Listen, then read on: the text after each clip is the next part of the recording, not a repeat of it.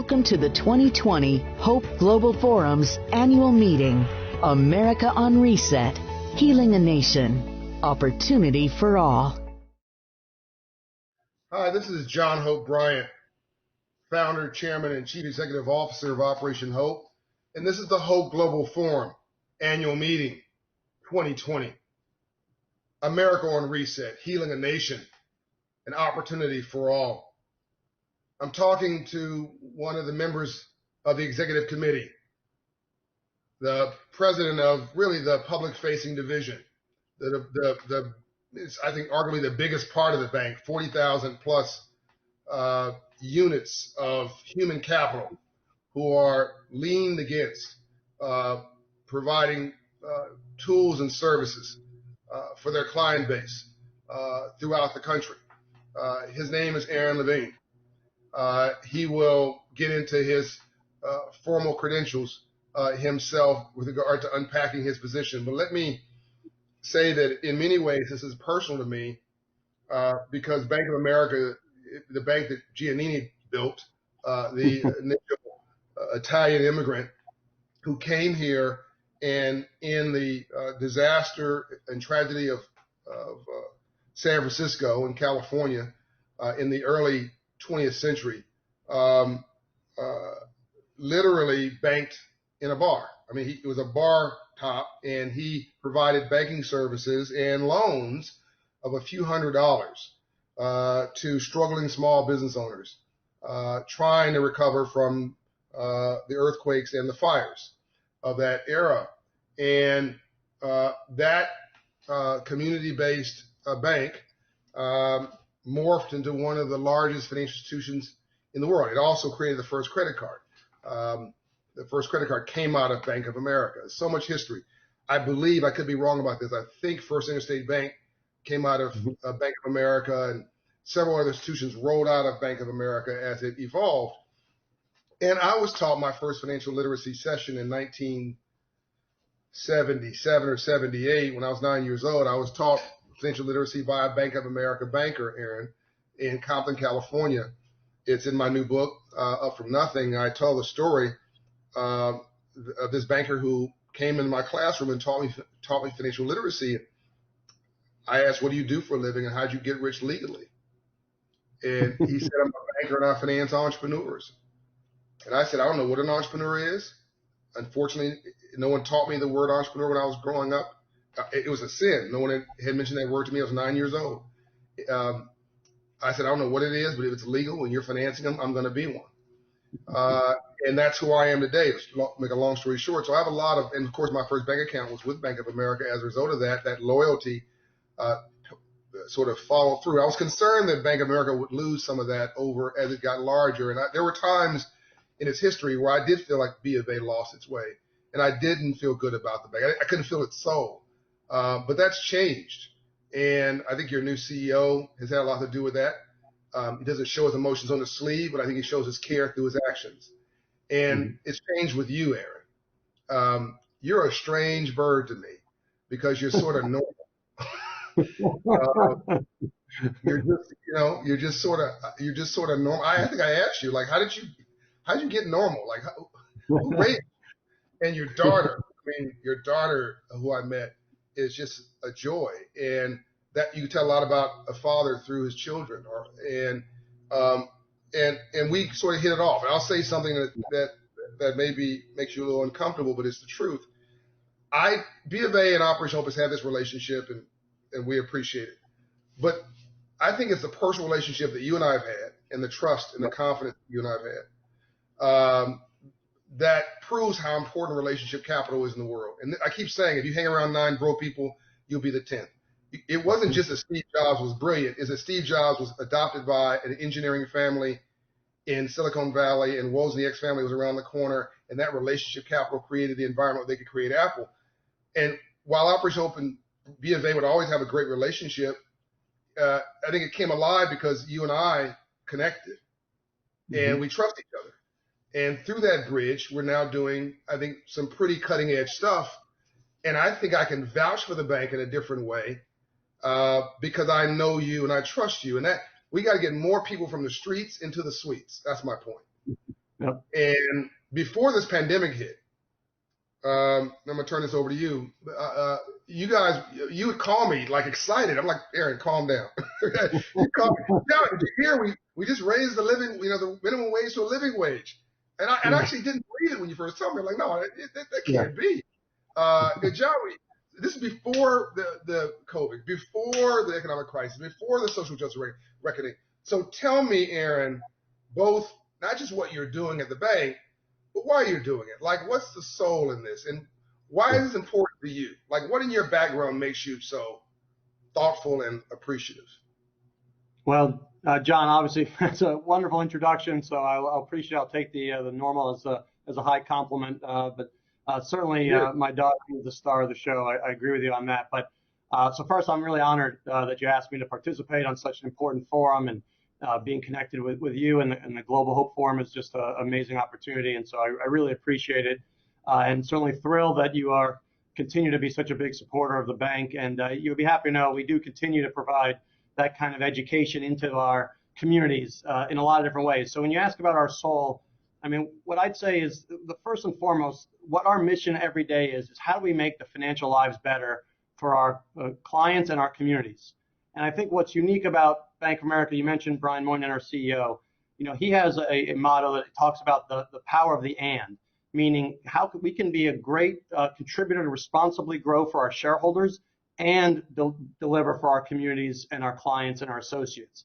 And it's that power of being both responsible for our shareholders and grow responsibly and deliver for our communities, I think is at the backbone of this company and the cornerstone of what we've been doing. And I've now been with the company my entire career, 27 years. I joined literally 2 weeks out of college, small Rhode Island-based bank. You might remember Fleet Bank, and 27 years later, we partner with them. So 27 years later, and I think why I'm still here and why I'm proud to wake up every day and be responsible for, as you said, 40,000 teammates who operate out of 4,300 financial centers around the country, as well as call centers, and we deliver banking and lending and investment solutions. But why every day I get excited is that we are delivering and making financial lives better. And you're talking about helping someone buy a new home. You're talking about someone saving for their kids' education and their own health. Aaron, back up for a minute. What is your total asset value that you manage over? And your official title is, because you just got a promotion, you're president of all consumer, basically. So I run one of the 8 lines. Yeah, sorry, John. So I run one of the 8 lines of business at Bank of America, our preferred line of business, which is part of consumer. So that line of business has $1 trillion in assets when you take our deposits, our lending, and our investment assets, part of consumer. So again, 40,000 employees. And look, that's what's really important is we serve 25 million customers in my business, but also when you include our retail segment, which is again the whole consumer business, you're talking about 60 million U.S. Clients, and that's what I think about every day when we wake up. People say, or may say, why are you hanging around Aaron? You think you're impressed? You say, oh, I met a millionaire, and I talked to a billionaire. Well, I'm hanging with a guy who's technically a trillionaire adjacent. He's that's our shareholder. That's my definition of cool. No more broke. But on a serious note, before I want you to talk about what you did already a year ago to raise the living wage. I want you to talk about what you're doing for the associates. I want you to talk about this new $500 program you just mentioned, and what are you guys doing in this? To be blunt, this social justice reckoning that's 400 years delayed around Black America and the COVID crisis. Of course, we've got a partnership we just launched together, which I'm very proud of, which I'm convinced wouldn't have happened without you advocating for it. Question, before we get to that. What in your background, Aaron, makes you care so much? Was it your parents? And then we'll get back to the business. Yeah, I grew up in New York City, and my mother was a woman business owner from the time I was very young. And so obviously you're now talking about she started that business in the late 60s, early 70s, and there wasn't as many women business owners as there certainly are now, and should be a lot more, of course. But so my background was not only that my mother was a woman business owner. The business she was in, she ran a personnel service, employment service, right? So companies would call and looking for people answering the phones or doing clerical work, or the early days of word processing. And so my entire upbringing was spent usually working for her in a whole variety of jobs. She usually gave me the tough assignments. They need someone to go stand on a street corner and hand out flyers or rip up files in the back of a room. But I started progressing, but it gave me exposure not only to how important it is for everyday working people to have employment and to help them find jobs, and also just gave me a sense of the capabilities that as a woman business owner my mom had. So and then of course she just herself was someone who was inspiring in terms of how she handled it. She had a very small company, but she ended up being inducted into the Hall of Fame for her industry, which was pretty amazing. Again, given the size of her company relative to, but her impact was quite phenomenal. So I think with me, the idea of impact, and a woman, right? So all those things, I guess that's where I point to maybe what has turned me out to be relatively normal, as you say, but also passionate about helping other people and doing what I do to drive not only the bank's success, but how that success translates into our associates, into clients, into our communities. I've seen it from the day I was born, really, pretty much. So when you called me to tell me about moving people from a minimum wage to a living wage, and when we talked again at 9 o'clock, 10 o'clock at night about this pandemic and the social unrest that's going on in this country, deserved social protesting, I might add, you were frustrated. You were personally, it's hit you personally. Is that tied to how you grew up? Is that care? Is that where it came from? Because you saw your mother struggle? Yeah, I mean, look, you grew up on the Upper West Side of New York City, and anyone who remembers the Upper West Side back in the 70s and 80s, it was not a particularly beautiful neighborhood the way it is today. So I had a very diverse surroundings, if you would, and understood firsthand what it meant to struggle, and obviously was very exposed to a highly diverse group of friends and other people. So yeah, and then of course, you just see it every day, and this idea of social inequality is so infuriating in so many ways. You want everyone to have a level playing field and then compete together at a level playing field, and everyone should have the same opportunities that I certainly had. I certainly had the advantage of a great school and parents who could help me through that. So, I've always, as you know, I got involved with mentoring at-risk youth at an early age, college, just after college. And so part of what I've done, and one of the reasons why I was so interested in joining with you is my background in mentoring, both as a mentor myself, very involved with the Boys and Girls Clubs, as you know, and so have exposure to a lot of kids who are just amazing. Talk about, you give someone an opportunity and what they can overcome and achieve. So I've seen it firsthand, John, for many years. And, again, what I love about being part of Bank of America and what I do is I get to really have an impact and actually do something. And I think the company is doing a great deal, as you mentioned.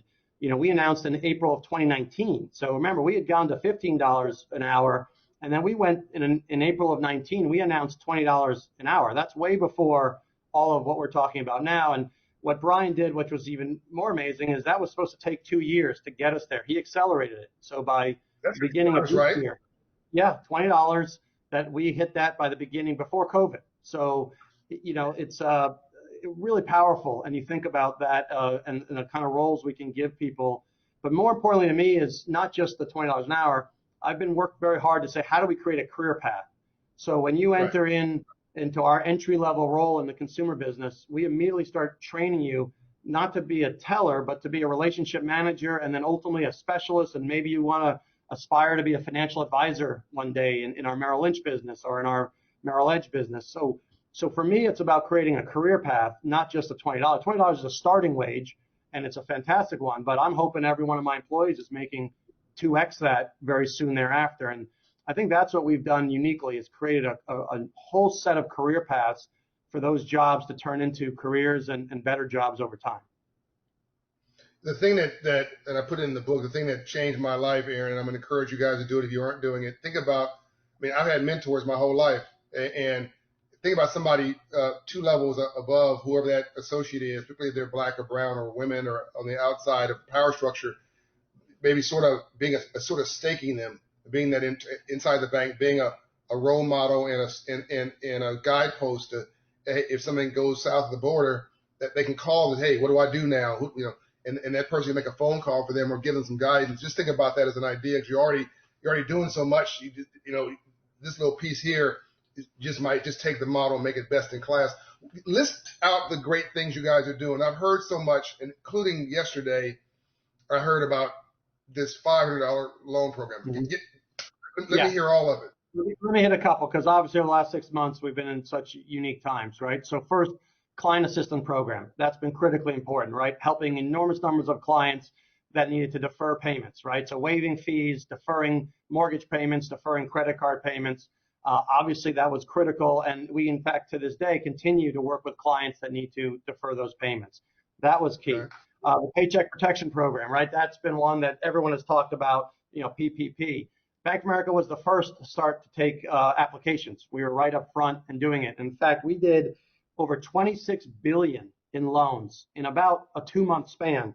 345,000 clients received one of our PPP loans. Think about that, $26 billion. But John, here's the stat that I know you'll appreciate the most. 99% of the people who got loans from us had a company with less than 100 employees. So the money went right to where it should go, to the smallest businesses that employ people that needed the money. And so we were very focused on getting the money to the right place. And then you mentioned something that we're really excited about. We announced yesterday our Balance Assist program. And effectively what that is up to $500 with a $5 flat fee. That's all you pay. So no interest. Okay. You pay $5. You get up to $500. That's it, $5. And that gives you up to $500, and then you pay it back in 3 installments over 90 days. And then you got to wait 30 days, and then you can reapply. So we're trying to avoid people being in that constant level, using debt all the time. But at the same time, this is a loan that helps people get paycheck to paycheck, helps people avoid overdraft fees, helps people avoid using credit cards or payday lenders. And it's a really powerful and important addition to all of the other things we do, like free checking and other ways to avoid fees. But this new loan we're excited about, and obviously there's a lot of demand. I'm obviously very interested in this because 64% of Americans and many of the operational clients don't have $400 for an unplanned event. That's not black people. That's everybody. Right. So what's the criteria for this program? Quickly. Yeah, there's certain criteria that you have to achieve in terms of, but it's not extensive. I mean, it's a fairly available program to the vast majority of our clients. So it's really once geared to people who, they have a checking account with us. They are a customer of ours, so we know who they are. We can protect them. But that's the main criteria. And then it's about the repayment process. And as you able to repay that over 3 easy installments, we can then provide you another loan after that. So it's really meant to be customer in good standing. Then that's the baseline of being able to get this program. Man, this could be a game changer. And you do that right, Aaron, and it'll attract more customers to the bank too. You're going back to your roots, that roots of the crisis of the early 1900s and helping people help in times of need. Well, one of the things that's important, again, is you couple that with things like Better Money Habits, which is our education program, helping people to really understand how to leverage debt properly, your credit score, how to use this to improve your credit score, which is critically important, how to understand savings. Obviously, it couples with the work we're doing with you and Operation Hope and just around financial education. And I think that's, to me, what's so important is that we have to not only deliver financial opportunities and benefits like the $500, but much more important is our obligation to deliver education. And whether that's education on the most basic of financial terms or through our investment platform, we give people access to all kinds of information, whether it's ESG, if they're interested in companies' social governance scores, different ways of looking at the companies and how they invest. So all across our platform, we're looking for ways to make education a key priority. And in fact, very proud, we just got voted best for education in our digital advice model, Merrill Guided Investing. So that's a really important, what we win and what I always try to win awards in is education and user experience and just being able to simplify things so that everyone can make smart decisions and really understand what they're getting into. We're running out. This is great. We're running out of time as usual for a rich conversation, but I think you guys, I would like you to end with telling them what we're doing together operation with Bank of America in this new partnership, which again is because of our relationships, the way it started. Now it has to be on his own merit. But you also backed Khan Academy, didn't you? Yeah. Did Bank of America? Yeah, we were back. I mean, early. you the backing about education. Yeah, when I mentioned Better Money Habits, that's all created by Khan Academy. So we have a tremendous partnership with them, and it's fantastic content that we give out free on our websites. We do seminars in high schools, we do seminars in boys and girls clubs, and all lots of different ways in which we engage with our clients. And that's really what our partnership's all about, John, is expanding that and bringing Operation Hope capabilities and education into our centers. And we're just kicking it off. We had to wait a few months to get through the crisis, but I know my team is extremely excited to get rolling and to start, creating that opportunity to take what we already have, but then build on it with the great content that you and your team provide. So to be clear for the viewing audience, we will have a Hope Inside at Bank of America in a couple cities to start, and we will look at the data and the outcomes and track this very carefully, but we deliver. So I'm convinced that it'll be very successful, and I'm thankful to Bank of America for helping us scale what I think is an incredibly important. Well, our hometown is down in Atlanta, so where we both live. So Atlanta will be the first city. So that's where we're starting. Well, that's fantastic. I'll be the first customer to show up. I want to thank you. I want to thank you, Aron, and thank Bank of America for its leadership, and particularly at this time, that $20 an hour piece for an entry-level employee just touches me in my heart, man, because the average family has too much month at the end of their money. That $500 program touches me in my heart. People got too much month at the end of their money. It's by no fault of their own, right? This coronavirus is not people getting laid off, not because people are lazy. It's a global health pandemic, for God's sakes, and we need the free enterprise system to weigh in and lean in and share the wealth, so we all can come up from nothing. And you guys are doing your part. And our partnership, I think, is a great example of that. I want to also just I'm going to watch a video of some of the stuff you guys are up to, and I'm excited to see it myself. But, the Khan Academy piece, I just want you to know how you guys are influencing without knowing it. I have 100 million video views now and 2 million followers on social media. We're standing up our own Operation Hope channel of our own sort of targeted content, becoming jokingly the Federal Reserve of the hood from data perspective. That was inspired by Khan Academy. Oh, so great. An amazing. Yeah. So God bless you, Aron. And I understand now we're gonna watch a video of some of your initiatives. Fantastic, John. Thanks so much for having me. It's such an honor. We appreciate it. Thanks for all you do. My pleasure, Aron. Let's go do good together. All right. The racial and economic disparities that have long existed in this country have only been widened by the coronavirus and amplified by the most recent acts of injustice. People around the world are coming together with greater urgency to demand action. At Bank of America, we know we all have a role to play to overcome the very real consequences of systemic racism and inequity. This includes individuals, governments, nonprofits, and the private sector. Racial equality and economic opportunity are deeply connected. That's why Bank of America has committed $1 billion over 4 years to address critical gaps in affordable housing, access to healthcare, employment and job skills, and the resources small businesses need to succeed.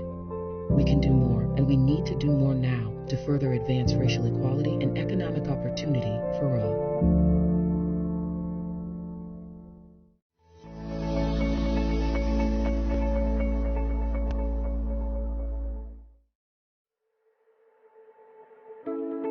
Thank you for attending.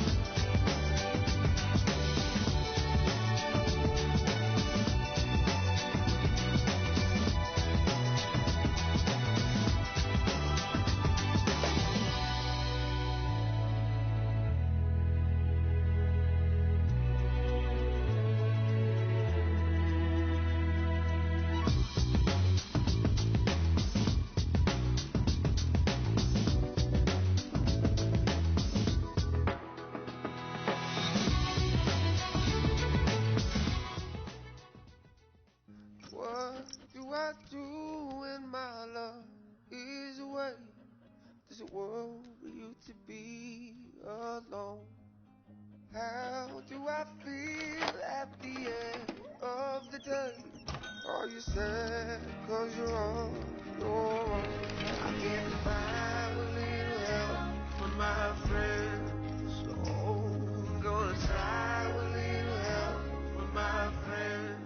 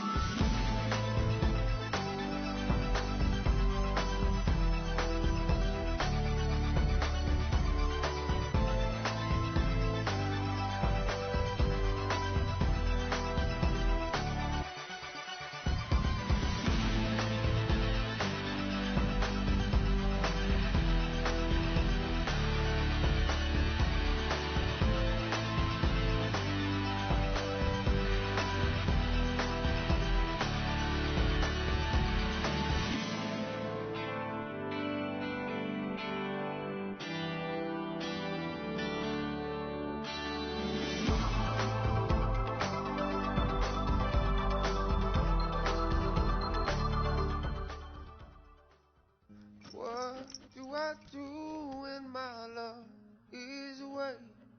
Does it worry you to be alone?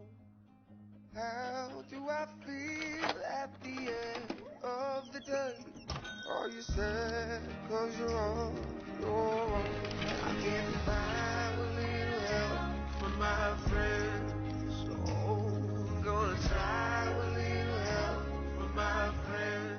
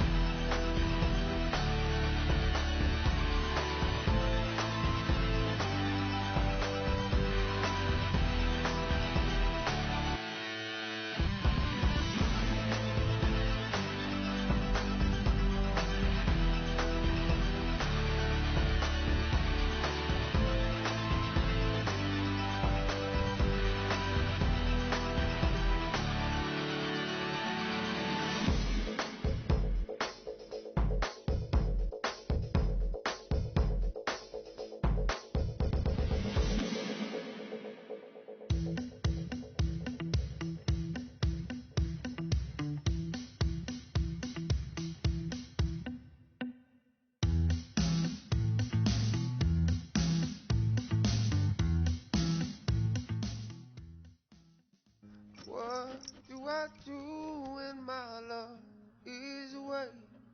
Does it worry you to be alone? How do I feel at the end of the day? Are you sad cause you're on your own? I can't find a little help from my friends. So I'm gonna try a little help from my friends.